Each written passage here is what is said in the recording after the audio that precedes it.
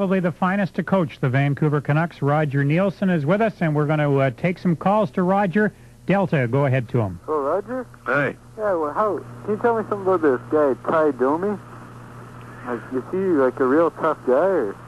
Yeah, he came from Peterborough Pete, so living there in the summer, I heard all about him. But if I would say who he was most like, who I've coached, it would be Stan Jonathan. I don't know if you remember him, but when he played with the Petes and then with Boston for years. And Wayne Cashman, who's our assistant coach, feels the same way. Ty gets in a fight, and the other guy throws about 6 or 7 punches, and you can't hurt him. And all of a sudden, he unloads, and he did that the other night, both with Brown and with Bukaboom. And he's small in terms of height. I think he's about 5'9", but he's over 200, so he's really well built. He's sort of got no neck, and it's impossible to hurt him, and that's been the case so far. So he's a character. Can you get him to take on Ojic on Thursday? Well, I'm sure they'll meet. I don't doubt that. And if you talk to Ty, he's never lost a fight. So, I thank you for the call, Roger. Can he play at all, or is there any hope on that? Just would like to know your opinion on a Big Gino. Beesbrook's play's really improved, especially the second half. You can say is the big improvement. Well, I haven't seen Ojic much. We just hear about him, and we've heard he wants to play hockey, and if anybody's ready to fight, he's right there. And those kind of players right now in the game, every team seems to have a couple of real tough guys, and I think it's good for Vancouver. They've got him. We could use a big player like that. I think he's. Yeah, and my second question: have you seen Stu Grimson around this year? He used to play for Calgary. He's a tough player, but he went to Chicago, and he plays some of their games, and they just use him as they got a very. To spend some time in hospital by. Hello. Hi, Tony. How are you? I'm well. Go ahead to Roger. Good. Hi, Roger. How are you? Very good, thank you. Good. I'm glad to hear that. Tony and Roger, both of you, just a comment first. In the year of, or in the decade of Wayne Gretzky, the divisional rivalries are so great now that it makes for a good playoff. The scores to pour in. It's a great night. Well, let's go to Burnaby. Go ahead to Roger Neilson. Last call to Roger. Yeah, what do you think of the Probert fight? I mean, society today. Sorry, I couldn't hear that. I mean, what do you think of the Probert fight? Society today. I mean, hey, party. Well, I don't know. I don't think that was. He was asking for a comment on the fight. I haven't seen it. No, I haven't either. Probert and Crowder had a rematch, but we'll get a report from Detroit right away on that fight if you are interested. That seems to be the talk of the evening, Roger, but I want to thank you very much for coming on.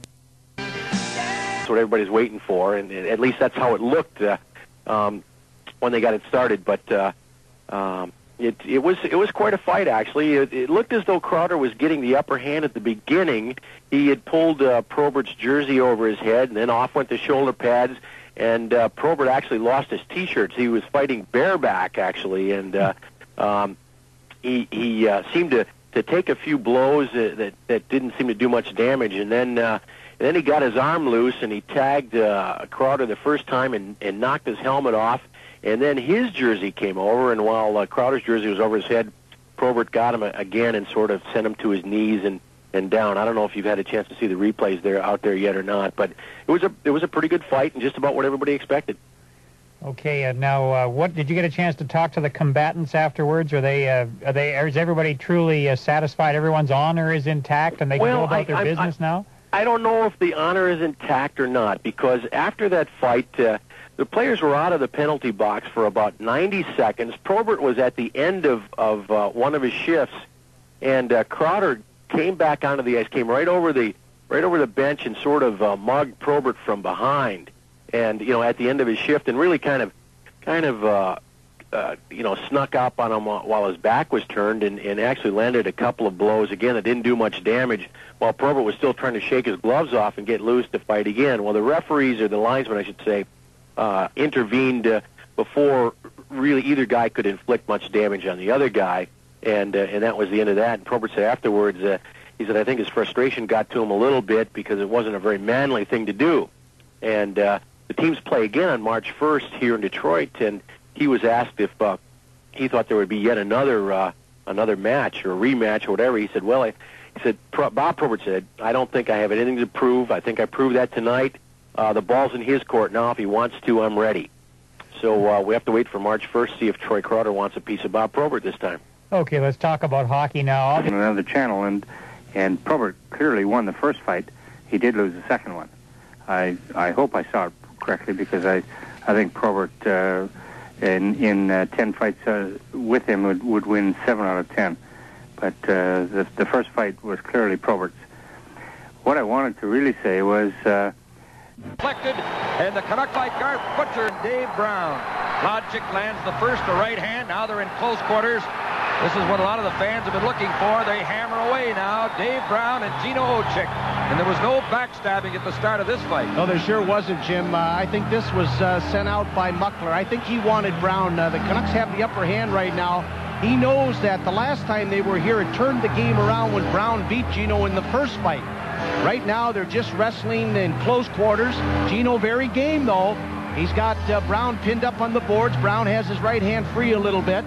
But they're not, they're in close quarters, and not a whole lot of damage can be done here. But the linesmen are letting them go. Now Gino is down on his knees, and Brown is wrestling them to the ice, sort of twisting the Vancouver player as they go down. And Oczyk was on his knees, but I don't think there were many telling blows in that scrap. No, and I'll tell you one thing. Oczyk is getting better as a fighter, too, as the season progresses. He's much stronger. We'll take a break. The score, Canucks 2, Oilers nothing from the Northlands Coliseum. 10 seconds. Minor penalties to Oczyk and Brown. Well, or rather, major penalties. Major penalties, 5-minute majors. No instigators, though, and it looked like Gino scored with the first punch. Then he got off balance, and it looked like Brown tattooed him with a couple of left hooks. As his head was down, he was off balance. But they both landed some punches. I think it would be certainly fair to call that one a draw. I think that was a toss-up, that fight between those two big heavyweights, Brown and Oczyk. Each get 5 minutes. Right here. And now Gino Oczyk drops Donnelly on his back. They really didn't get separated, but Ochek's going to get 2 minutes for high-sticking Eagles. On the way down the ice, he gave it to him right in the chops. I could see that. Referee Rob Schick picked it up. Donnelly also saw it. And the minute they got down there by the Vancouver goal, Donnelly went right after Gino. Now, I would think Donnelly's got to get an extra 2 minutes as the instigator. But it'll be offset because Gino's going to get 2 minutes for high-sticking as well. All this at 15:50 of the second period. Let's take a break. The score, Winnipeg 4. Trying to get things sorted out in front of the penalty box. The Winnipeg Jets have a team meeting over in front of their... Oczyk, 2 minutes for high sticking, 5 minutes for fighting, and a 10-minute misconduct. The Winnipeg's number 34, Gord Donnelly, 2 minutes for instigating and 5 minutes for fighting. Time the penalties, 15 minutes, 50 seconds. The Canucks, Oczyk. Gino Oczyk gets the extra 10 minutes for taking a shot after the linesman had tried to split them up. I guess maybe that's what it is. I think that was a bit extreme, personally. I could see Gino getting the 2 we talked about for high sticking. He definitely did that on Eagles. 5 minutes for fighting. Donnelly gets 2 for instigating, 5 for fighting. That's probably how it should have remained, but big Gino. Paul McConnell with Tom Larshad at the Winnipeg Arena. Vancouver's number 20, Brody Stern, 5 minutes for fighting. And Winnipeg's number 44, Sean Cronin, 2 minutes for roughing, 2 minutes for instigating, and 5 minutes for fighting. And went into the place where we bumped. From behind, Ronnie Stern. And they're going in the crease with a linesman in between them. Both linesmen in there. Both Ron Finn and Rob Pear.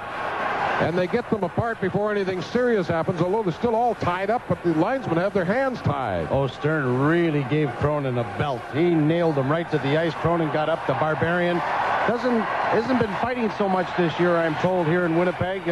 He is a tough customer, though, and he and Ronnie Stern managed to trade a few punches there. I don't know if they'll make it fighting, but Stern has hurt his wrist, too. He's motioned to the bench. He's rubbing that left wrist of his. And I think Ronnie Stern, or his right wrist, actually, I think he's sprained that again. It's getting the ice bag from the bench, Tom. Yeah, he needs that.